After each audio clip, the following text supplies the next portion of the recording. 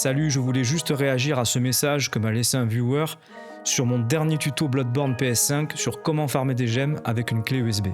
Sinon, il y a les vraies méthodes souhaitées par les développeurs, farmer plutôt que de chercher des failles. Bloodborne platiné pour ma part, et les donjons Calice ont été un plaisir. Alors déjà, j'aimerais commencer avec le propos faisant référence à l'obtention du platine. Alors à moins que j'ai mal interprété les propos de la personne, il m'arrive très souvent, lors de discussions sur les réseaux sociaux, d'avoir affaire à des gens qui, lorsqu'ils sont en manque d'arguments, utilisent systématiquement le joker « Ouais mais moi j'ai eu le platine, donc t'as rien à m'apprendre ». Et je vais vous avouer une chose, l'utilisation de ce sempiternel argument d'autorité m'agace mais à un point quand vous ne pouvez pas vous l'imaginer.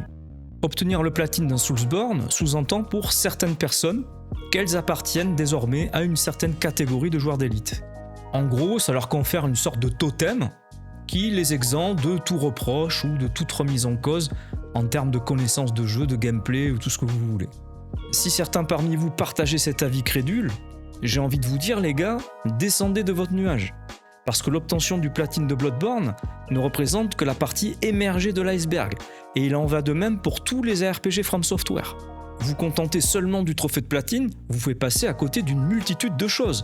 La compréhension par exemple des mécaniques de gameplay, la création de plusieurs builds, l'exploration du lore, etc. etc. À moins que vous préfériez spammer R1 comme des nazes et suivre des tutos platine tout tracés sans profiter à aucun moment de votre propre expérience de jeu. Libre à vous de faire cela, mais j'ai envie de vous dire, c'est un peu dommage, et surtout, ce n'est pas la politique de cette chaîne. Le cas de l'argument du platine étant réglé, maintenant, on va parler du soi-disant côté cheaté de la récup de save. Le tuto que j'ai publié l'autre jour s'adresse aux joueurs de Bloodborne qui souhaitent creuser le jeu en profondeur, et en l'occurrence, optimiser un ou plusieurs builds en réunissant un maximum de gemmes top tier, en sachant que les gemmes top tier de Bloodborne s'obtiennent dans les donjons les plus retors du jeu. En d'autres termes, les donjons racines de profondeur 5 enrichis avec les 3 rites. Ajoutez à cela que les meilleures gemmes, pour la plupart d'entre elles, se chopent sur les boss de fin de donjon, autrement dit les boss de 3e sous-sol, voire de 4e sous-sol. Or, tout joueur s'intéressant aux mécaniques des gemmes de Bloodborne vous dira que le système d'occurrence de leurs bonus est une purge, dans le sens où l'on a affaire à une véritable machine à sous. Mais ça, sans vouloir encore une fois froisser les pro-platines, on ne peut pas s'en rendre compte si l'on ne s'attarde que sur cet objectif, parce qu'on n'a pas fondamentalement besoin de ces gemmes-là pour l'atteindre.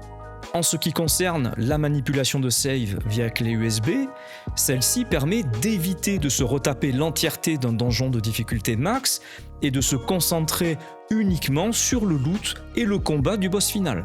Alors cela peut s'apparenter à une certaine forme de glitch, certes, mais comparé à l'utilisation des donjons modés, pardonnez-moi, mais c'est du pipi de chat.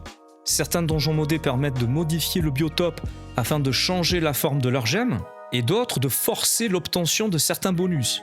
Bref, on se retrouve face à un bouleversement de l'écosystème du jeu que les développeurs n'ont absolument pas prévu, et pourtant énormément de joueurs y font appel, sans que cela offusque en quoi que ce soit la communauté. Tout ça pour vous dire que l'utilisation d'une clé USB pour lancer une save ne modifie pas le jeu en lui-même, contrairement à l'exemple que je viens de vous citer, qui lui fait intervenir du code. La clé USB donne juste un petit peu plus de confort aux joueurs qui souhaitent farmer des gemmes. Car oui, de par son système d'occurrence de bonus dégueulasse, From Software le fait partir quasi systématiquement perdant. Le système de donjon de Bloodborne est une très bonne idée de la part de From Software, mais il ne faut pas oublier qu'elle n'a subi qu'une seule mise à jour en l'espace de 10 ans, c'est que dalle. Et encore que cette mise à jour n'a fait qu'apporter quelques modifications au niveau des gemmes, en apportant de nouvelles, notamment pour rendre le build ésotérique viable, mais sans pour autant améliorer le loot.